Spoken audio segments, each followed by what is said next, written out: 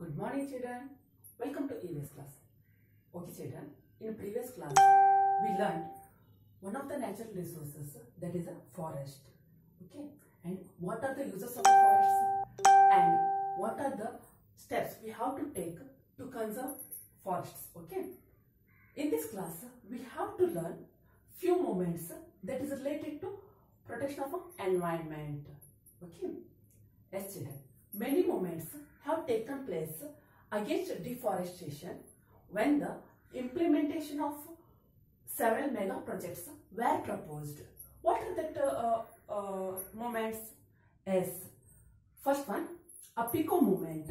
Okay, this movement is initiated by a Panduranga Hegde to prevent deforestation in Western Ghats, rich in diversified wildlife in Karnataka. Okay. And second one, Silent Valley movement is initiated by environmentalists of Kerala, successfully stopped a hydroelectric power scheme proposed by the government in Silent Valley by conducting this Silent Valley movement. And third one, Save Forests, the Jungle Bachao movement. Okay, it is triggered in Bihar for the construction of forests. For the conservation of the forests. Okay. Then fourth one, Chipko movement. It is initiated by Sundarlal Bahugun in Himalayan region. Okay. Sundarlal Bahuguna opposed cutting down of trees by the well-known Chipko movement in Himalayan region and thus saved many trees. These all are the movements that is related to protection of forests. Okay, okay, children.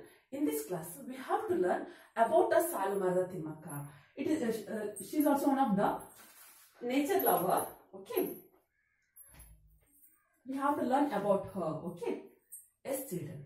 This Salumarada Timmaka is a proud daughter of Karnataka, and she is known as Vrikshamate throughout the country. Okay, the Salumarada Timmaka is known as a Vrikshamate throughout the country, and she born at Gubbi Taluku, Tumkur district, and her father Chikkarangayya and her mother Vijayamma. Okay, and Timmaka was married to Bikkala Chikkayya of Hulekal village and stayed there. Later on, she planted and protected banyan trees beside the road from her village Hulekal to Kadur with the help of her husband. Yes, children, with the help of her husband, she planted and protected banyan trees beside the road from her village Hulekal to Kadur. Okay, and considering these trees as her children and dedicated her entire life for that trees. Okay, she dedicated her entire life for that trees. Okay, hence centenarian Timmaka is called as Salumarada Timmaka. Means for that dedication, for her dedication, Salumarada Timmaka is called as that Timmaka is called as Salumarada Timmaka. Okay. Yes, our Karnataka government has declared a project called Salumarada Timmaka Neralu Yojane in its budget 2014-15. Our government has declared a project called Salumarada Timmaka Neralu Yojane in its budget 2014-15. Yes. Hence, hundreds of awards have been conferred for her concern towards the environment. The important awards are Nadoja Award. It is given by Kannada University Hampi, and Karnataka Rajyotsava Award is given by a Karnataka government, and Indira Priyadarshini Vrikshamitra Award by Government of India, and Parisara Ratna Award. Yes, children. Salumarada Timmaka is a role model for all of us in the conservation of our environment, and her concern towards the environment is remarkable, and it should be followed by us. Okay, concern towards the environment is remarkable, and it should be followed by us. Okay, children. Next, animals are also renewable resources. Yes, not only forests. We consider these animals are also renewable resources. They enhance their population by reproduction. Sometimes hunting of these wild animals leads to the extinction in their race, thereby make them to non-renewable resources. Okay, that's why it is our duty to protect such resources. Okay, it is our duty to protect such resources like forests and wild animals. ಮಕ್ಕಳೇ, ಇವತ್ತಿನ ಪಾಠದಲ್ಲಿ ನಾವು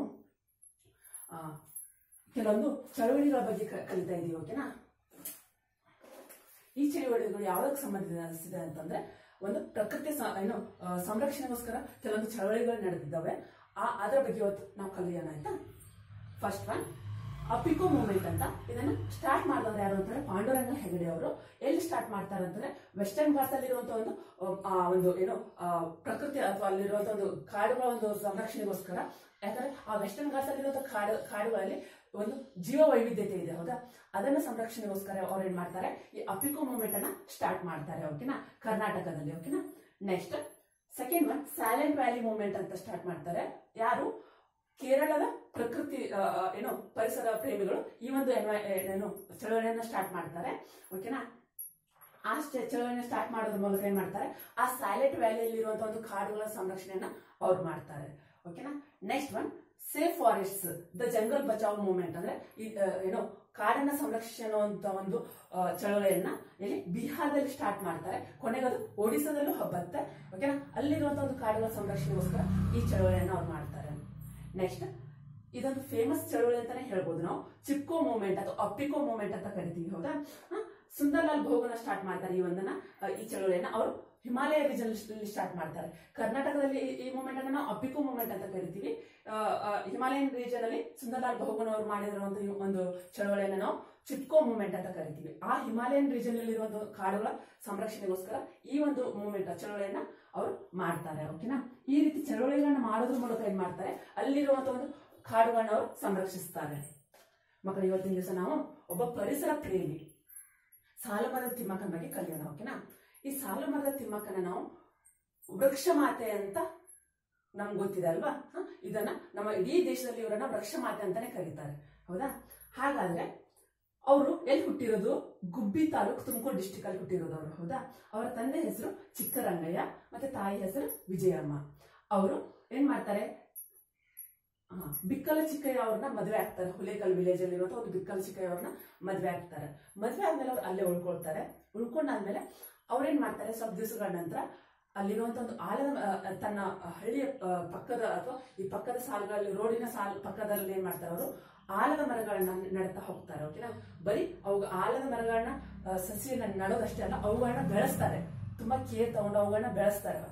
ಅವುಗಳನ್ನ ಎಷ್ಟು care ತಗೊಂಡು ಬೆಳೆಸ್ತಾರೆ ಅಂತಂದ್ರೆ ಸ್ವಂತ ಅವ್ರ ಮಕ್ಕಳೇ ಅನ್ನೋ ತರ ಅವುಗಳ ಬಗ್ಗೆ ಕೇರ್ ತಗೊಂಡು ಅವುಗಳನ್ನ ಬೆಳೆಸ್ತಾರೆ. ಓಕೆನಾ? ಮತ್ತೆ ಅವರ ಜೀವನ ಪೂರ್ತಿಯನ್ನು ಅವ್ರು ಏನ್ ಮಾಡ್ತಾರೆ, ಆ ಮರಗಳ ಸಂರಕ್ಷಣೆಗೋಸ್ಕರನೇ ಏನ್ ಮಾಡ್ತಾರೆ, ಅವರು ಡೆಡಿಕೇಟ್ ಮಾಡ್ತಾರೆ, ಹೌದಾ?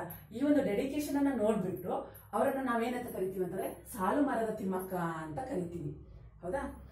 ಇವರಿಗೆ ಈ ಒಂದು ಪ್ರಕೃತಿಯ ಬಗ್ಗೆ ಅವರಿಗೆ ಇರುವಂತಹ ಒಂದು ಕನ್ಸರ್ನ್ ಅನ್ನ ಕನ್ಸಿಡರ್ ಮಾಡಿ ತುಂಬಾ ಪ್ರಶಸ್ತಿಗಳು ಅವರಿಗೆ ಬಂದಿದ್ದಾವೆ, ಹೌದಾ? ಹಾಗಾದ್ರೆ ಯಾವ ಪ್ರಶಸ್ತಿಗಳು ಅವ್ರಿಗೆ ಬಂದಿದೆ? ಸಾರಿ, ಅದಕ್ಕಿಂತ ಮುಂಚೆ ನಮ್ಮ ಕರ್ನಾಟಕ ಗವರ್ಮೆಂಟ್ ಏನ್ ಮಾಡಿದೆ, ಇವರ ಒಂದು ಸೇವೆಯನ್ನ ಪ್ರಕೃತಿಯ ಬಗ್ಗೆ ಇರುವಂತಹ ಒಂದು ಅಗಾಧ ಕನ್ಸರ್ನ್ ಅನ್ನ ನೋಡಿ ಇವರ ಒಂದು ಹೆಸರಲ್ಲಿ ಒಂದು ಯೋಜನೆಯನ್ನ ಡಿಕ್ಲೇರ್ ಮಾಡಿದೆ. ಯಾವ ಯೋಜನೆ ಅದು? ಸಾಲು ಮರ ತಿಮ್ಮಕ್ಕ ನೆರಳು ಯೋಜನೆ ಅಂತ ಹೇಳ್ಕೊಂಡು 2014 ಮತ್ತು 2015 ಒಂದು ಬಜೆಟ್ ಅಲ್ಲಿ ಇವರ ಹೆಸರಿನಲ್ಲಿ ಒಂದು ಯೋಜನೆಯನ್ನ ಡಿಕ್ಲೇರ್ ಮಾಡ್ತಾರೆ. ಯಾರು? ಕರ್ನಾಟಕ ಗವರ್ಮೆಂಟ್ ನವರು. ಓಕೆನಾ? ನೆಕ್ಸ್ಟ್ ಇವರ ಒಂದು ಸೇವೆಯನ್ನ ಪರಿಗಣಿಸಿ ತುಂಬಾ ಪ್ರಶಸ್ತಿಗಳು ಇವರಿಗೆ ಒಲಿದಿದ್ದಾವೆ. ಯಾವ್ಯಾವ ಪ್ರಶಸ್ತಿಗಳು ಹಾಗಿದ್ರೆ? ನಾಡೋಜ ಪ್ರಶಸ್ತಿ, ಅದನ್ನ ಕರ್ನಾಟಕ ಯೂನಿವರ್ಸಿಟಿ ಹಂಪಿ ಅವರು ನೀಡಿದ್ದಾರೆ. ಓಕೆನಾ? ನೆಕ್ಸ್ಟ್ ಕರ್ನಾಟಕ ರಾಜ್ಯೋತ್ಸವ ಅವಾರ್ಡ್, ಇದನ್ನ ಕರ್ನಾಟಕ ಗವರ್ಮೆಂಟ್ ಅವರು ನೀಡಿರೋದು. ಓಕೆನಾ? ನೆಕ್ಸ್ಟ್ ಇಂದಿರಾ ಪ್ರಿಯದರ್ಶಿನಿ ವೃಕ್ಷ ಮಿತ್ರ ಅವಾರ್ಡ್, ಇದನ್ನ ನಮ್ಮ ಇಂಡಿಯಾ ಗವರ್ಮೆಂಟ್ ನವರು ನೀಡಿರೋದು. ಓಕೆನಾ? ನೆಕ್ಸ್ಟ್ ಪರಿಸರ ರತ್ನ ಅವಾರ್ಡ್. ಎಲ್ಲ ಇಂಪಾರ್ಟೆಂಟ್ ಅವಾರ್ಡ್ಸ್ ಅವ್ರಿಗೆ ಏನಾಗಿದೆ ಬಂದಿದೆ ಅಂತ ನಾವು ಹೇಳ್ಬೋದು. ಓಕೆನಾ? ಈ ಒಂದು ಸಾಲು ಮರದ ತಿಮ್ಮಕ್ಕನ್ನ ನಮಗೆ ಒಂದು ರೋಲ್ ಮಾಡೆಲ್ ತರ, ಹೌದಾ? ಅಂದರೆ ಪ್ರಕೃತಿಯ ಬಗ್ಗೆ ಅವ್ರಿಗಿರುವಂತ ಒಂದು ಕನ್ಸರ್ನ್ ಅನ್ನ ನೋಡಿ ನಾವು ಕೂಡ ಅವರಿಂದ ಕಲಿಬೇಕಾಗಿರೋದು ತುಂಬಾ ಇದೆ. ಹೌದಾ? ನಾವು ಕೂಡ ಏನ್ ಮಾಡ್ಬೇಕು, ಅವರ ಒಂದು ಅಂದ್ರೆ ಪ್ರಕೃತಿಯ ಬಗ್ಗೆ ಎಷ್ಟು ಕಾಳಜಿ ಇದೆ ಅಲ್ವಾ, ನಾವು ಕೂಡ ಅವರನ್ನ ನೋಡಿ ಆ ಒಂದು ಕಾಳಜಿನ ನಾವು ಕೂಡ ನಮ್ಮಲ್ಲಿ ಬೆಳೆಸ್ಕೊಳ್ಬೇಕು. ಓಕೆನಾ? ಹಾಗಾದ್ರೆ ಮಕ್ಕಳೇ, ನಾವು ಬರೀ ಕಾಡುಗಳನ್ನ ಮಾತ್ರ ನ್ಯಾಚುರಲ್ ರಿಸೋರ್ಸ್ ಅಂತ ಕನ್ಸಿಡರ್ ಮಾಡಲ್ಲ. ಅನಿಮಲ್ಸ್, ಅಲ್ಲಿರುವಂತ ಪ್ರಾಣಿಗಳು ಕೂಡ ಒಂದು ನೈಸರ್ಗಿಕ ಸಂಪನ್ಮೂಲ ಅಂತಾನೆ ಹೇಳ್ಬೋದು. ಹೌದಾ? ಅವೇನ್ ಮಾಡ್ತವೆ, ತಮ್ಮ ಒಂದು ಸಂತಾನಾಭಿವೃದ್ಧಿನ ಮಾಡುವುದರ ಮೂಲಕ ಏನ್ ಮಾಡ್ತಾರೆ, ತಮ್ಮ ಪೀಳಿಗೆನ ಬೆಳೆಸ್ತಾ ಹೋಗ್ತವೆ. ಆದ್ರೆ ಮನುಷ್ಯ ಏನ್ ಮಾಡ್ತಾ ಇದ್ದಾನೆ, ಇವಾಗ ಪ್ರಾಣಿಗಳನ್ನ ಬೇಟೆ ಆಡ್ತಾ ಇದ್ದಾನೆ. ಹೌದಾ? ಒಂದ್ ವೇಳೆ ನಾವು ಪ್ರಾಣಿಗಳನ್ನ ಬೇಟೆ ಆದ್ರೆ ಮುಂದೊಂದು ದಿವಸ ಏನಾಗ್ಬೋದು, ನಾನ್ ರಿನ್ಯೂವೇಬಲ್ ರಿಸೋರ್ಸಸ್ ಆಗ್ಬೋದು. ಹೌದಾ? ಮುಗಿದು ಹೋಗುವ ಸಂಪನ್ಮೂಲ ಆಗ್ಬೋದು. ಅದಕ್ಕೋಸ್ಕರ ನಾವೇನ್ ಮಾಡ್ಬೇಕು ಅಂತಂದ್ರೆ ಆ ಪ್ರಾಣಿಗಳನ್ನ ಬೇಟೆ ಆಡಬಾರ್ದು. ಹೌದಾ? ಆ ಪ್ರಾಣಿಗಳನ್ನು ಸಂರಕ್ಷಿಸಬೇಕು, ಅದ್ರ ಜೊತೆಗೆ ಈ ಕಾಡುಗಳನ್ನು ಕೂಡ ಸಂರಕ್ಷಿಸಬೇಕು. ಅಂದ್ರೆ ಮಾತ್ರ ಏನಾಗತ್ತೆ, ಇವು ಮುಗಿದು ಹೋಗದ ಸಂಪನ್ಮೂಲವಾಗಿ ಉಳ್ಕೊಳ್ತವೆ. ಒಂದ್ ವೇಳೆ ನಾವು ಕಾಡುಗಳನ್ನು ಕಟ್ ಮಾಡ್ತಾ ಇದ್ರೆ ಅಥವಾ ಪ್ರಾಣಿಗಳನ್ನು ಕೂಡ ಬೇಟೆ ಆಡ್ತಾ ಇದ್ರೆ ಮುಂದೊಂದು ದಿವಸ ಅವೇನಾಗ್ಬೋದು, ಮುಗಿದು ಹೋಗುವ ಸಂಪನ್ಮೂಲಗಳಾಗ್ಬೋದು. ಅಂದ್ರೆ ನಾನ್ ರಿನ್ಯೂವೇಬಲ್ ರಿಸೋರ್ಸಸ್ ಆಗ್ಬೋದು. ಇದು ನಮ್ಮ ಜವಾಬ್ದಾರಿ. ಅವು ರಿನ್ಯೂವೇಬಲ್ ರಿಸೋರ್ಸಸ್ ಆಗಿ ಉಳ್ಕೊಳ್ಳೋ ತರ ಮಾಡುವಂತ ಜವಾಬ್ದಾರಿ ನಮ್ದಾಗಿದೆ ಅಲ್ವಾ? ಅದಕ್ಕೋಸ್ಕರ ನಾವೇನ್ ಮಾಡಬಾರ್ದು, ಕಾಡುಗಳನ್ನು ಕೂಡ ಕಟ್ ಮಾಡಬಾರ್ದು, ಮತ್ತೆ ಪ್ರಾಣಿಗಳನ್ನು ಕೂಡ ಬೇಟೆ ಮಾಡಬಾರ್ದು. ಓಕೆನಾ? ಓಕೆ ಮಕ್ಕಳೇ, ಥ್ಯಾಂಕ್ ಯು.